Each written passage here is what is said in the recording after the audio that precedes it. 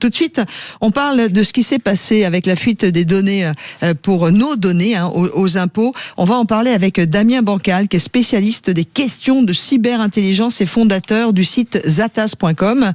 Bonjour Damien.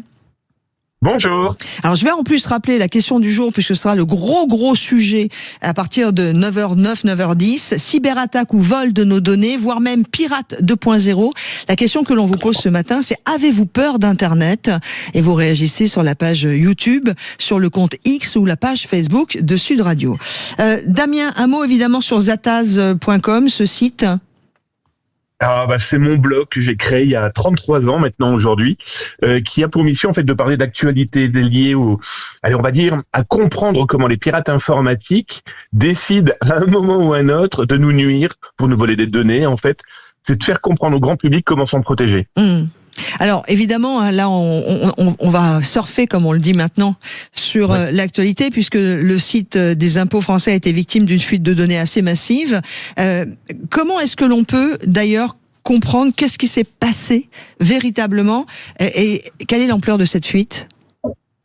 Alors, ce qui est complètement fou, c'est que le monde du piratage informatique n'a vraiment rien de magique. On a affaire là, dans ce cas-là, comme malheureusement des dizaines de cas que je peux croiser par semaine, voire par mois, on a un pirate informatique qui trouve la possibilité de rentrer dans un système informatique, non pas parce que il a le savoir-faire technologique, il n'a pas du tout attaqué les logiciels, il a attaqué l'un des employés. J'entends par là, il a usurpé son identité, et une fois qu'il se fait passer pour cet employé, eh bien, il a accès à certains outils qui lui ont permis, surtout et avant tout, de consulter des informations et dans d'autres cas, d'en copier. Et donc ça, ces pirates informatiques, c'est malheureusement, et pardon du terme, c'est un peu leur grand jeu. C'est de pouvoir rentrer dans un système informatique pour pouvoir en exploiter un maximum, les données pour pouvoir les récupérer, parce que derrière, clairement, il y a de l'argent en jeu.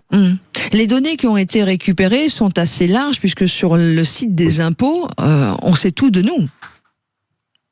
C'est ça le problème, c'est que effectivement, il existe énormément de possibilités de cyberattaques. On le voit, je vous le dis, par semaine, par mois. Sauf que là, on a affaire quand même à un espace étatique. D'abord, ça c'est très important, mais surtout dans un lieu où on fournit quand même beaucoup de données. Ça va effectivement de notre nom, notre prénom, notre numéro de téléphone, notre mail, mais aussi notre vie économique. Combien je gagne, combien j'ai payé d'impôts. En plus, là, dans certains cas, d'après ce que raconte le pirate, parce qu'il faut-il le rappeler, tout ce qu'on sait de cette histoire, c'est raconté par le pirate et confirmé par le fisc. Et donc, à partir de ces éléments-là, on sait que ce pirate a pu extraire ou lire certaines données. Heureusement, pas tout. Et surtout, petit détail quand même très important, c'est qu'on découvre, c'est le pirate qui le dit, il a été repéré, et les impôts aussi le disent, dès qu'ils l'ont vu fin juin, ils l'ont bloqué. Ah oui, on a donc quand même des capacités dans nos entreprises françaises, qu'elles soient étatiques ou du gouvernement ou pas, de se défendre. D'ailleurs, si vous-même vous êtes je sais pas comment on appelle ça d'ailleurs, c'est pas un hacker éthique, m'a dit Jérémy au Standard, c'est-à-dire des gens dont le métier est de faire de la cybersécurité pour les entreprises ou autres. N'hésitez pas à nous rejoindre au 0826 300 300 pour nous expliquer comment vous travaillez. Ce qui est important aussi de dire, c'est parce que d'un seul coup, ce type d'annonce, Damien Bancal, tout de suite tout le monde y va à U et à dia, c'est la panique à bord. En fait, les gens ont peur de quoi ? Qu'on prenne les coordonnées bancaires et qu'on aille vider nos comptes ? Il est là le problème, c'est qu'aujourd'hui, dans ce monde numérique, on fournit quand même l'intégralité de notre vie. Regardez, on fournit les documents pour nos enfants quand ils vont à l'école, quand on va dans une association sportive, quand on souhaite payer ses impôts, maintenant quand je veux prendre les transports publics, quand je veux acheter, bref, j'ai de la donnée numérique partout. Et aujourd'hui, ces pirates informatiques l'ont bien compris. Et c'est pour ça qu'on en parle beaucoup plus aujourd'hui. Je vais être très honnête avec vous. Moi, mon blog, il a 33 ans. Moi, ça fait une quarantaine d'années que je documente cet environnement des pirates informatiques.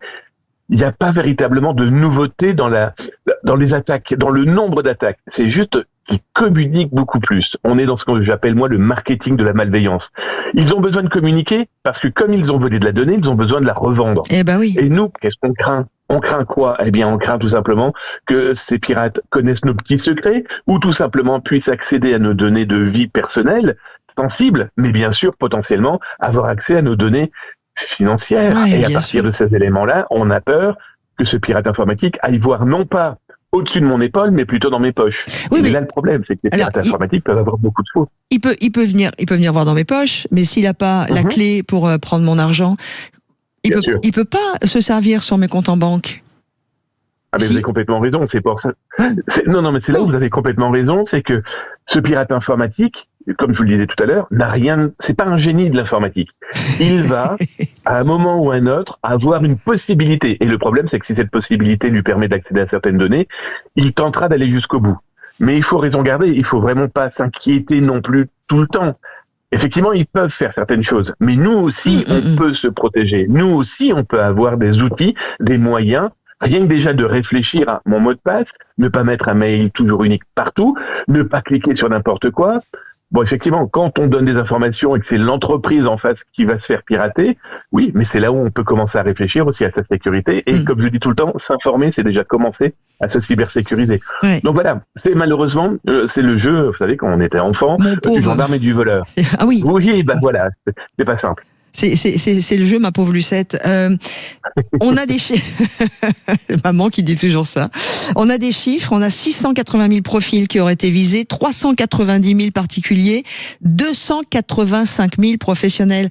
Est-ce que c'est plus dangereux pour les professionnels que pour les particuliers ? Bon, je pense que malheureusement, on est tous un peu dans le même panier. Pourquoi ? Parce que le particulier est un jour ou l'autre professionnel et vice-versa. Effectivement, pour un professionnel, ça peut être beaucoup plus gênant parce que malheureusement, dans la fuite de données, quelle qu'elle soit, il peut y avoir ensuite une constitution d'usurpation d'identité, de surcouche de criminalité. Parce que ce pirate informatique, qui a fait quand même 2 petites annonces sur un forum, qui était même pas dans le dark web, qui était sur le web, donc c'est pour ça que ça a été vu très rapidement, parce qu'il suffisait de lire ce qu'il racontait, il vend ce qu'il a volé. J'ai eu la possibilité de le contacter pas plus tard qu'hier après-midi pour essayer de... c'est pas, vous savez, mais c'est terrible, mais c'est pas compliqué. Moi, d'abord, c'est mon boulot, mais ensuite, c'est pas si compliqué que ça parce que ces gens-là communiquent beaucoup. Et donc, du coup, savoir pourquoi il a fait ça, quels sont ses intérêts. Je vous cache pas, moi, derrière, ça m'intéressait de savoir si on n'avait pas non plus aussi de manipulation géopolitique, quelle qu'elle soit, pour voir si c'est pas non plus nuire à notre pays, tout simplement. Bon, lui était très clair. Non, moi, je fais ça pour l'argent. D'un autre côté, je me suis dit, mais pourquoi n'a-t-il pas utilisé lui-même ces données pour orchestrer des arnaques parallèles ? Bon, il préfère ça à vendre à d'autres personnes qui, potentiellement, s'il y a des adresses mail, vous enverra, vous savez, ces fameux courriers piégés.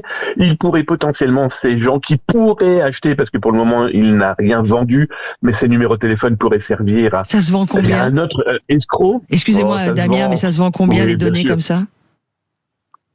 Ça peut aller de 0 € parce que ça va être un échantillon qui va être offert, parce que ça va être un cadeau ou simplement pour briller dans une société des pirates, à plusieurs milliers d'euros. Tout dépend de l'acheteur et de ce que l'acheteur va trouver comme intérêt à pouvoir les réutiliser. Faire un faux courrier pour se faire passer pour les impôts. Vous appelez à un moment précis en disant voilà, je sais que vous êtes telle ou telle personne. Bien écoutez, vous n'avez pas tout payé. Envoyez-moi vos données bancaires ou nous on va vous en envoyer et vous allez finir de payer votre taxe ou telle taxe. Je sais pas moi par exemple immobilière. Après, on peut avoir d'autres cas beaucoup plus dramatiques parce qu'une fuite de données en elle-même comme celle-ci, certes, ça peut faire... On peut se dire, oh là là, c'est impressionnant.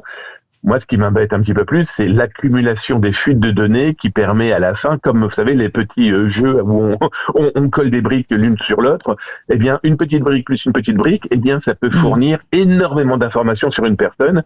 Et on a eu des cas de malveillance ensuite physique, allant du cambriolage à en se faisant passer pour la police pour aller chercher des armes dans un domicile ou carrément, eh bien, on l'a vu avec des tentatives d'enlèvement dans le monde de la crypto-monnaie. Bah, bien sûr, ouais, c'est, et ça revient à la question que je pose, la question du jour où je vais évidemment inviter tout le monde à y répondre, que ce soit sur la page Facebook de Sud Radio. Il y a Stéphane qui nous rejoint aussi en ce moment en direct sur la page Facebook, mais aussi sur le compte X de Sud Radio ou sur la page YouTube. La cyberattaque, vol de nos données, pirate 2.0. Avez-vous peur d'Internet? En tout cas, un grand merci Damien Bancal de nous avoir raconté et de nous avoir expliqué et surtout parlé de ce hacker, en tout moins de ce pirate qui est allé se promener sur le site du gouvernement. La seule question que l'on peut se poser, et je conclurai par ça parce qu'on reviendra sur ce sujet-là après 9h dans le débat, mais comment se fait-il que des sites comme les sites du gouvernement ne soient pas mieux protégés? Je vais être très honnête avec vous. Aucun site internet, aucun ordinateur, aucun humain comme vous et moi doit se dire la cybersécurité à 100%, ça existe. c'est protégé, c'est sécurisé. Oui, mais les pirates informatiques, vous savez, c'est du 7 jours sur 7, 24 heures sur 24. Ils fléchissent à la petite porte d'entrée. Lui, il s'est pas fatigué, entre guillemets. Il a trouvé le moyen parce qu'un humain fait une erreur. Et donc, du coup, il a usurpé cet humain. Un exemple, et je finirai sur ça. J'ai découvert il y a 10 jours 1,7 milliard de mots de passe et de mails uniquement appartenant à des Français, des personnes qui ont des mails en .fr. Le pirate informatique qui a constitué cette base de données, il l'a pas fait d'un coup de baguette magique. Il a profité de l'erreur, de peut-être manque de culture sur le sujet parce que c'est pas si simple que ça le numérique. Il a accumulé depuis 2013, 1,7 milliard de données. Voilà, on a affaire à des gens en face qui trouvent tous les moyens possibles et imaginables d'utiliser un système qui est le système informatique. Bon. Voilà, on a eu les mêmes pour les cambriolages dans la vie de tous les jours, on a le même aujourd'hui que le numérique. Merci beaucoup, c'était très clair Damien Bancal. Je rappelle que vous êtes spécialiste des questions de cyberintelligence, entre autres, et votre site c'est zataz.com. Bon dimanche à vous. Allez, tiens, tout de suite, on va se faire une petite pause, on va décrocher des écrans.